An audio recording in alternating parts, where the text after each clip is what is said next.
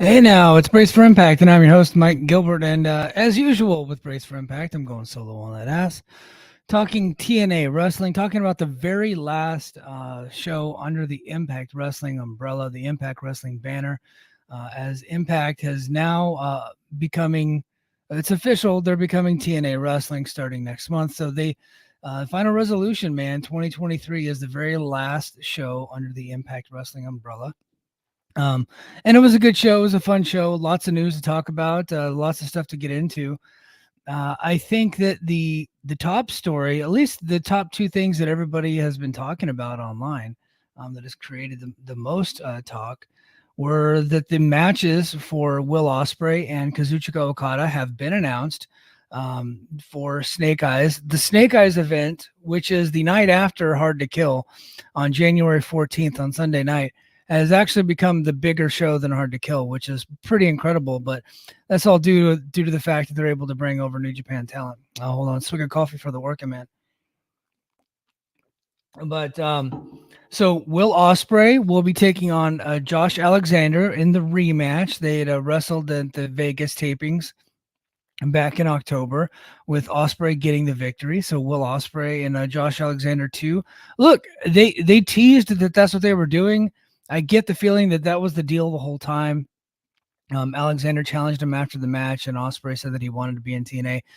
I very much am a believer that this was set the whole time, and then I knew that TNA knew that he was going to AEW.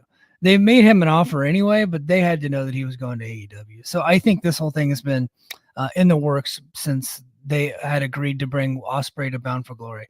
I think this was the whole thing. So it's cool that they get to bring in Ospreay one last time before he heads off to bigger things over there in AEW.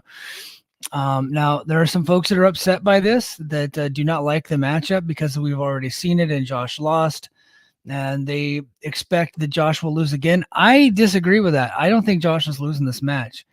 I think that he wins. I don't see if they're bringing in Ospreay to beat Josh one more time. And Josh is their top guy. He's not the world champion, but he's their top guy.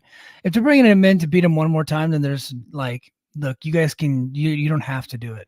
The money that you're going to get from the ticket sales, which is at this point has not been that great, or the revenue that you would generate from putting the video on YouTube and all the other stuff, it's not going to be worth beating Josh again. I just don't see the point in that. And so I very much believe that Josh is winning this match. And New Japan is going to be beating Ospreay on his way out of New Japan as they send him on his way to AEW starting in February. So I don't think anybody will have any objections. I know people think that Tony Khan might try to veto it. If they do try to veto it, you just beat him anyway. Do a shoot. No, I'm just kidding. Look, there's ways to work around it. That's why my idea was to do a three-way with Saban and then just have, Alexander pin Saban or something, something like that. But they're going to do a straight up match, and I don't think it's going to be any fuckery. I don't think there's going to be any craziness going on. I think it's going to be an excellent match. They're going to try to get that 5 stars as Ospreay bids adieu to TNA and bids adieu to all the other places that he works and goes full time with AEW. I think he's going to go for the 5 stars, and he might actually get it. Who knows?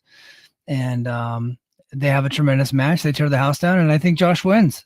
And not submission. I think he wins with the Tiger Driver, or the C4 Spike. I don't know why I called it the Tiger Driver. I think it's going to be awesome. So I'm not that worried about it at all. I like it. I think it's going to be great.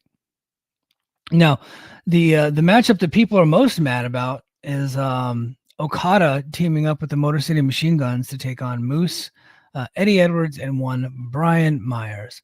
I too was a little bit let down, but I'm not mad about it, and I actually understand the matchup. I know why they're doing it. I totally get it. It makes sense. Is it the biggest match they could have possibly made for Okada? No, but I get the feeling that they think they might be able to get another date on Okada. This is the first time they're bringing him in. I don't think it's the last time. I think that the relationship with New Japan is strong.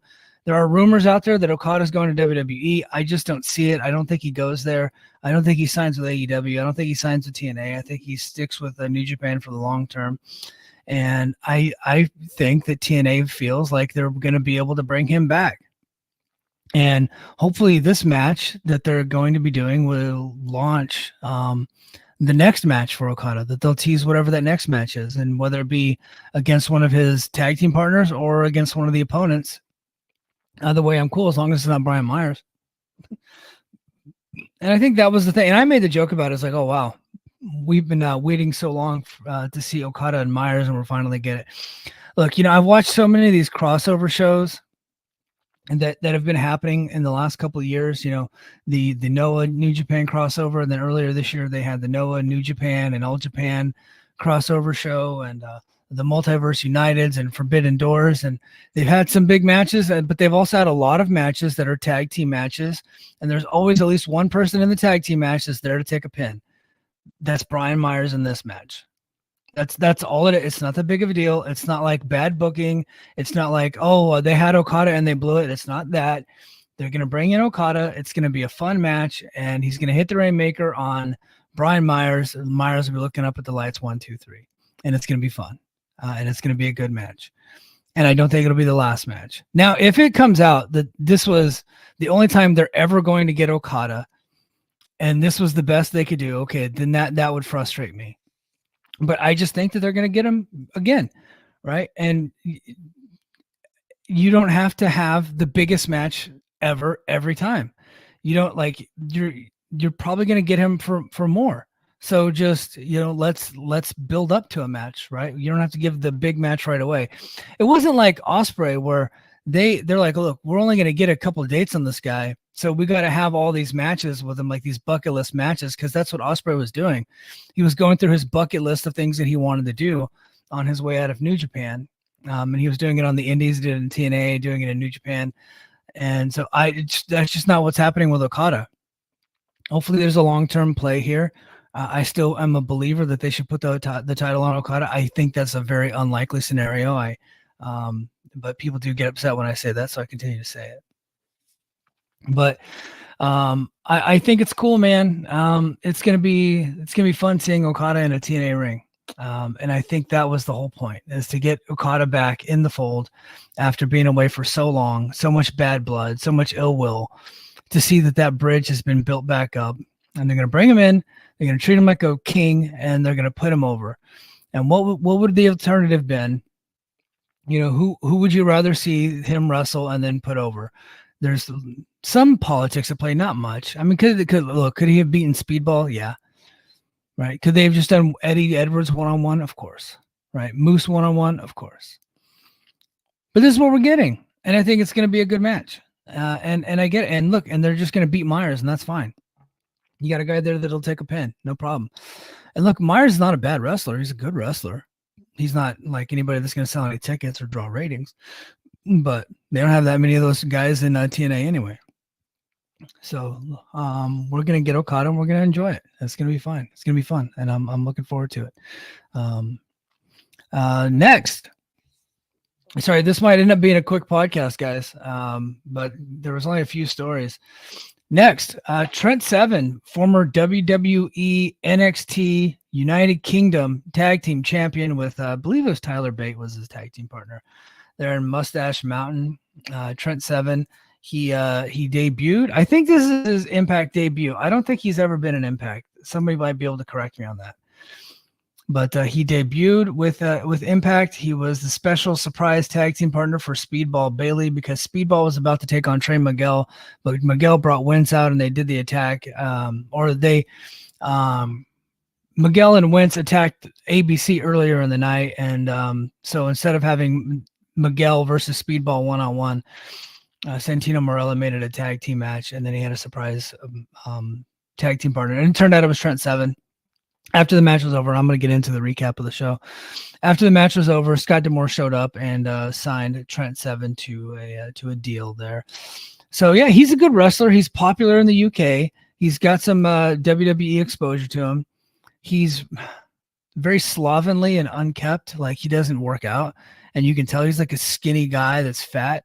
But he makes it work for like his body type works for him.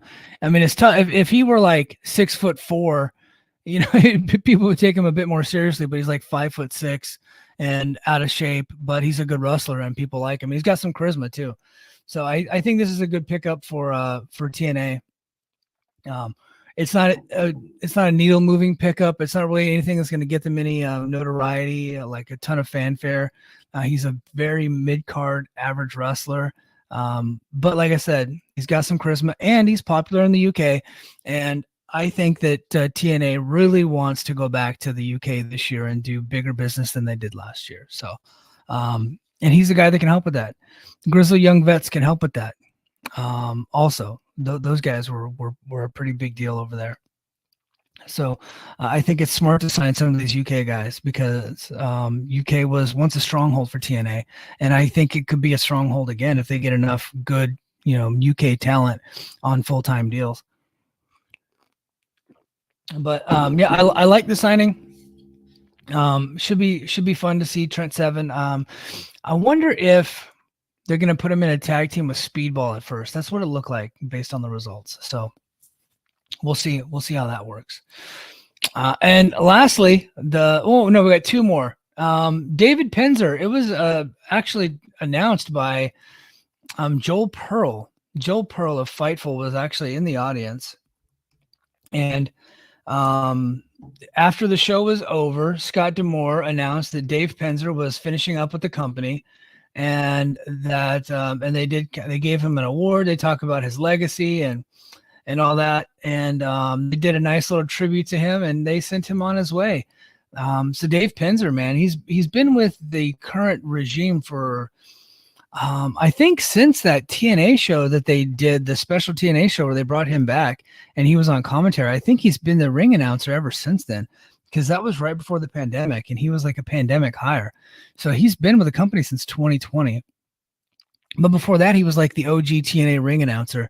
Him and Borash split duties for a long time. And he is a holdover from the WCW era. Him and Gary Michael Capetta were like the top two guys. Penzer was younger. He ends up taking over for Capetta. Now, if you listen to the current Overtime show that's out right now, you'll hear that I was a bigger fan of Capetta than I was of David Penzer. But here, let's present. Let's go to the share screen here, and let's see what Joel Pearl had to say here. Joel Pearl from Fightful said Scott D'Amore announces that tonight is David Penzer's final night with the company. He brought Penzer in the ring to thank him, share a few stories, present him an award for his years of dedication. But Penzer said he isn't retiring. He wishes everyone the best and thanks everyone for the last 3 years with Impact. So yeah, I wonder what's next for him. I don't see another wrestling promotion picking him up. He's older. Again, he's been doing this a very long time. He's an old WCW holdover. He ended up winning out the job over Capetta, and was like the top announcer for WCW until they closed. And then he came over with some of those other WCW folks into TNA, and he did a good job for a long time. But I think it was time for him to ride off into the sunset. I don't have a problem with Impact moving on from him. You could tell that he was pretty much done, and he had been done for a little while. But everybody seems to like him. He's a great guy, and but time catches up to all of us. Time gets the best of us, and I think they need some new young energy in promotion. I know that Jade, Josh Alexander's wife, had been doing some of the ring announcing on some of the shows, and he was kind of training her up a little bit. I wonder if that's where they go. Or I wonder if they bring over Mackenzie Mitchell and have her do the ring announcing. I think that she was pretty good. But I don't know that she's ever, been ringside doing the announcing. She's always been kind of a backstage person. Do they move Gia Miller to outside, or there's lots of different ways they could go. There's good ring announcers out there ready to be signed that are young. And I think that's what this company needs more of, like young, hip people on the show. And, yeah, David Penzer, man, what a hell of a run. He's completely done with TNA, and he's off to different things, man. And then lastly, Deonna Purrazzo, she took the L tonight. Not only did she take the L from Jordan Grace in a botched finish, but after the match was over, Giselle Shaw hit her with her finish. And Grace had kind of penned a goodbye like picture on Instagram to Deonna Purrazzo. So yeah, she's definitely out. Kind of goes out on a whimper. That match wasn't all that good. It wasn't a bad match, but it wasn't a great match either. And she got pinned in a botched finish there. So I think Jordan Grace hit a move, and then Trinity hits another move, and then Jordan Grace tries to do the roll up, misses it, and Deonna just leaves her like a goof, and Grace pinned her anyway. So what a way to go out. Poor Deonna Purrazzo. I hope she goes somewhere and makes a lot of money and gets a big push and finds happiness. Because TNA has been abusing that poor woman the last 6 months, beating her every night. And she just took it like a champ. She's a true professional. Good for her. She did business the right way. She did everything she was supposed to do. Hit all of her dates, always had good matches, always was a highlight on the show. And you never really saw her with boo-boo face going out there. Like, she kicked ass every time she was out there. So good for her. And I hope that she gets treated a little bit better at her next spot. Now look, and you guys are saying that knowing that I know that she was the top female talent here for most of her run. I just feel like it's weird for 6 months straight to beat somebody like that, to totally erase what they had done before. I don't know. I just don't like it. I would have just kept her in competitive matches, had her winning and losing. And, I just don't agree with beat them for 6 months straight. A couple matches in a row before they're out. Yeah, sure. But not 6 months worth of losses. That's ridiculous. Like, I knew 6 months ago she was leaving, and I think we all did too. Some of us tried to deny it. Some of us tried to, do some type of reasoning. Like, oh, well, maybe this, maybe this. She was gone the whole time. She was never coming back. And TNA knew, and that's why they beat her so bad. That's all there is to it. But good for her. She had a good run here. Hopefully she gets a big payday wherever she goes next.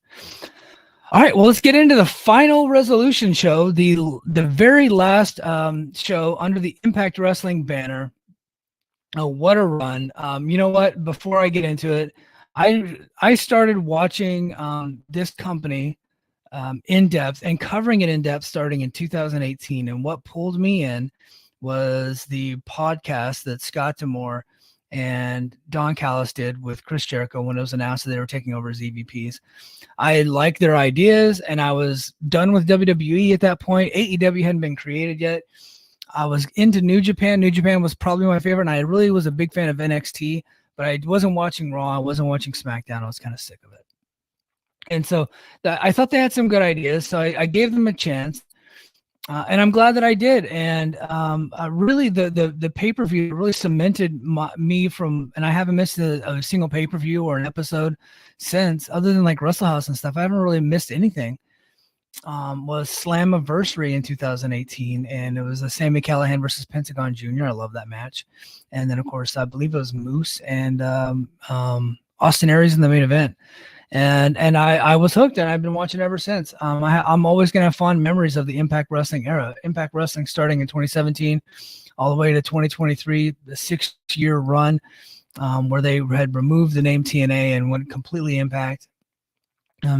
So lots of highs, lots of lows. Like, I was there in the Pop TV days, and then I was there whenever they were on the Hunting Channel. I was watching on Friday nights on Twitch. I downloaded Twitch and had a Twitch account just because of TNA. I was a subscriber to their subscription service for a long time, but some of my most favorite memories. Look, they had a lot of good talent come through here, like Sami Callihan and Pentagon Jr. Right, Pentagon was the world champion when I first started watching. He beat Austin Aries at Redemption in 2018, of course, and then of course gave it right back, but. Johnny Impact had a good run here. Brian Cage had a good run here. He's off to AEW.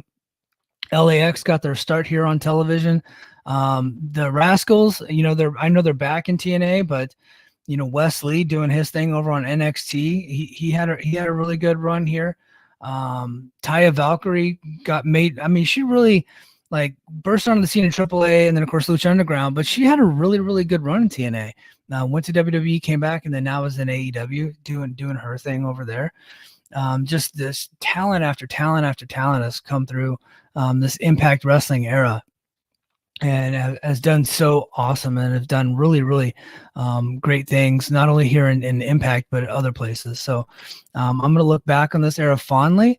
I really enjoyed it. It got me excited to. It got me. I mean, it's really what got me back into podcasting because I saw that not enough people were talking about the promotion. So that's why I decided to go ahead and throw my put some skin in the game. I started some articles called Brace for Impact, and then I started a podcast called Brace for Impact, and here I am doing it all these years later, still doing it, man. And it's all because I had a passion for the product, even as bad. There was times where it was really bad, but I still tried to find the best in it. You guys know that I've been pretty tough on Impact at times because I always felt like they would miss out on big moments where there was like an opportunity for them to succeed and they just wouldn't capitalize on it. And that's kind of been the story of my fandom. It's like they're this little engine that could. I put tons of hope in them. They don't capitalize, but I still come back anyway. Because then after a while, I think during the pandemic, I realized this is just what they are. They're not trying to be one of the big promotions. They're not trying to compete with them. They're just happy doing their own thing on their own network, being kind of a smaller time thing. Even with this new rebranded TNA, they've made big offers to other people, but I think they're fine not being one of these big competitive promotions, right? Not getting into these huge bidding wars and all this and that, and being susceptible to being canceled by their TV network and all that stuff. So, yeah, what a really good run. But let's get to final resolutions. I actually watched the countdown show because my family was gone today. I've been recovering from surgery, so I was laid up on the couch. Opening match on the countdown, PCO defeated Jesse V. Jesse V is a big hoss. He is a local independent Toronto guy, which is going to be kind of a theme of the night. That's kind of like the people that were within driving distance, and local guys and girls were the ones they brought in for these shows, or for this show specifically. But he's a big hoss. I saw a couple years ago, he had a pretty good match with Jake something in a promotion called Super Kicked. So he's got some size, got some skills, got some talent. Maybe it's a guy that we see down the road with this company. But this was all about getting PCO over. Jesse V took the L here. Clutch Jesse on Twitter. Backstage, Jake something says he's here to take out Jason Hotch for the final live show of the Impact Wrestling era before Hotch jumped him with a chair. Hanford hyped up the switch to TNA Plus and the inclusion of all major tentpole events being included for the championship tier level members. Ray Walt says that these two are always available for Impact when needed, and thus they're being rewarded here. And Jack Price defeated Aiden Prince. Yeah, so these are local independent guys. I think Jack Price is a gut check guy. Aiden Prince has been around for a while. Anytime they go to Canada, they bring Aiden Prince in. I think he's a Scott D'Amore trainee. I thought they had a pretty good match here. I'd like to, if these guys are going to make it one day, because they're small, they might want to get in shape. That's going to be tough for them to be out of shape and be cruiserweights. It's going to be tough to make money there. But Jack Price ran wild with a blend of an overhand and knife edge chops that landed hard before hitting a flatliner of his own. Price poked the eye en route to hitting a double knee gut buster for the win. And his first win to Impact. Yeah. So his very first win. I wonder if he's getting a title shot. Hold on, swig of coffee. Backstage, Jordan Grace and Trinity met with Jay Miller. This was brutal, by the way. These girls are not good in these skits. They got to stop. I'm sure they're very nice people, but skits, not their strong suit. I don't even want to talk about it. Kazarian defeated Sheldon Jean. This was not much to it. Much to this match. Kaz landed a springboard leg drop and then hit his cross-faced chicken wing for the tap out here on Sheldon Jean. Then we go to the opening contest of the main show. We had the ABC defeating Eddie Edwards and Brian Myers to retain the tag team titles in what was a good match. I enjoyed it. Not much to it, but Ace and Bay are so damn good. They're just really, really good. Austin tagged in and landed a back and forth black mass kick before a springboard tornado kick on Edwards got it to 2. Austin called for the 1-2 sweet. And Edwards cradled him for 2 before getting 2.5 off a Blue Thunder Bomb. On the floor, Bay is set down hard with a spear from Myers. Edwards landed a backpack stunner before an HBK flying elbow got 2 for Myers. No, HBK didn't show up on this. He was on NXT.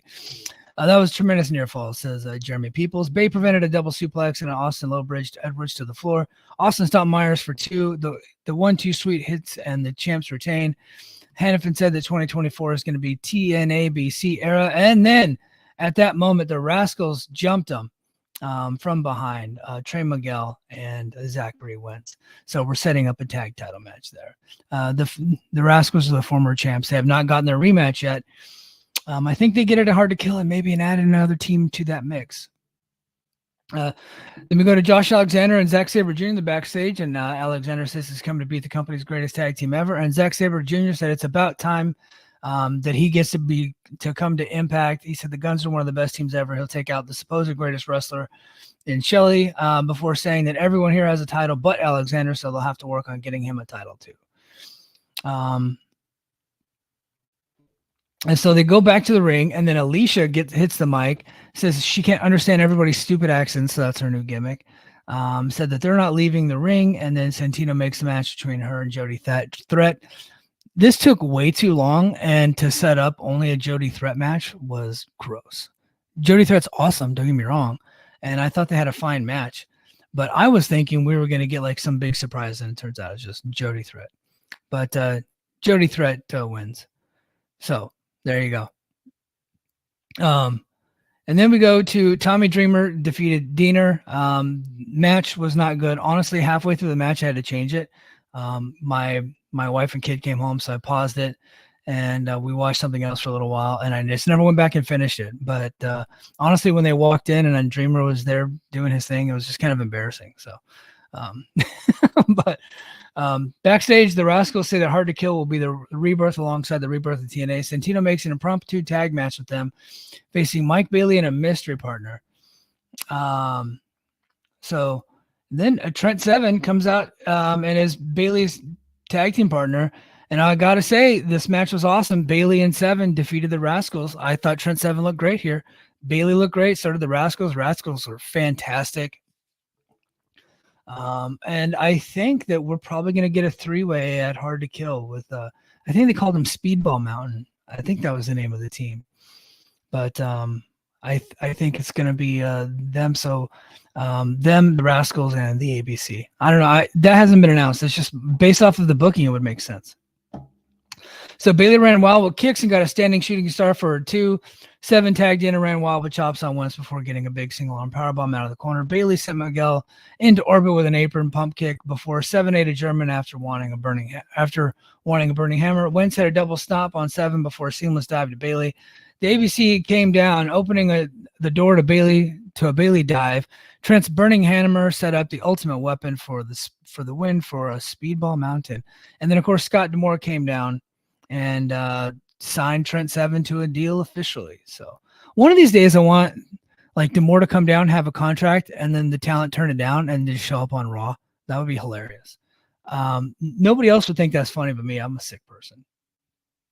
Backstage, the Motor City Machine Guns talked about how great Josh Alexander and Zack Sabre Jr. are. Alexander having the longest run with the Impact World title, given his long history, tells you all you need to know. Well, Zack Sabre Jr. is the best technical wrestler in the world. However, Shelley argues that they hold the gold and Impact and thus are the best. Jason Ouch comes out and says he took out Jake Something earlier, but Jake Something came out and then Jake Something beat the shit out of Hotch. This was an okay match. Next we go to Moose defeating Rhino in the year of our Lord 2023. Early on, Moose got disqualified for hitting him low, and then Rhino grabbed the mic and said, "Let's have a street fight." They did a double ref bump, and then Moose got at one point, Rhino gored the referee through the table because Moose yanked the referee in front of him, and then Moose hit his own spear, the lights out spear, and got the victory there. Backstage, Kazarian says that he bet on himself and he did not want to be a part of someone's vanity project. Shots fired at Tony Khan. Says that for 20 years he's done a lot, but he hasn't done it all, and he hasn't won a world title. So he's going to make 2024 the year that he wins it. I doubt that happens, bud. Sorry.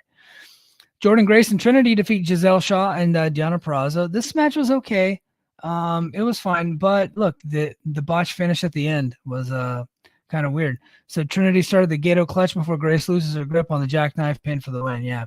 Brazo and Shaw got the shake after match, but go to shake after match, but Shaw attacks with a full Nelson Irish curse backbreaker on this, and then a snap flatliner. Backstage, Jim Miller talked about Moose's shot at the world title and gaining momentum. Moose said that it's the last night for Impact, and tonight begins a new era for himself because he's the wrestling god. He's Mr. Impact Wrestling and the 5-star athlete. And he'll be replaced by Moose, the new TNA World Champion. And then the big announcements made that Okada and Machine Guns will face Eddie Edwards, Moose, and Brian Myers at Snake Eyes. And then we get to the main event. Josh Alexander and Zack Sabre Jr. defeat the Motor City Machine Guns. Josh Alexander got the C4 spike on Chris Sabin for the victory. Let's go to the end here. I loved this match. I don't want to go through the whole thing because it was a long match. Lots happened. Great action. I do got to say, before we close, that this little studio that they're in, part of the Battle Arts Academy, the Dan Koloff Arena, was nice. They've ran here plenty of times before. The production was good. The lighting was good. And the crowd was great. I don't know why they didn't just record here for the last couple of months and just do like studio shows to close out the Impact era. Why they, I like the Mexico show. I like the UK shows, and I'm glad that they did them. But why they had to take so many weeks off? like they took Thanksgiving off, and then they did Russell House or IPWF, and then now they're not doing any episodes the rest of this month. Like they could have just done a couple of tapings here and had some new stuff. But look, they're taking the rest of the month off, so it is what it is. But Shelley locked on a dragon suplex to save Sabin, but got locked into an Alexander ankle lock for his troubles. And this is from Jeremy Peoples. Good Lord, this has been a fantastic match and a very good show, bell to bell. Zack Sabre Jr. locked on the European clutch for what should have been a 3, but it was only 2.9 before a clothesline from Hell, Michigan, and they double team Alexander to gain an edge. The Guns won on the double team sliced bread before Zack Sabre Jr. locks on an armbar. Alexander got an ankle lock, this time on Sabin. Alexander hits a C4 spike to win the match. Easily one of the best tag team matches in the history of TNA Impact. And it'll set up a few things, possibly Alexander getting a shot at the X title. That's what I'm thinking. I'm thinking we get Alexander versus Sabin at Hard to Kill. Alexander pins Sabin, winning the X Division Championship, and then he defends it against Will Ospreay and then retains it there. That's my guess. That is my guess. I don't know. After the show is over, they run the video of the Josh Alexander versus Will Ospreay announcement. So I'm guessing Alexander pins Sabin at Hard to Kill, defends the title against Will Ospreay at Snake Eyes. I could be completely off, could be completely wrong, but that's what I'm thinking is happening there.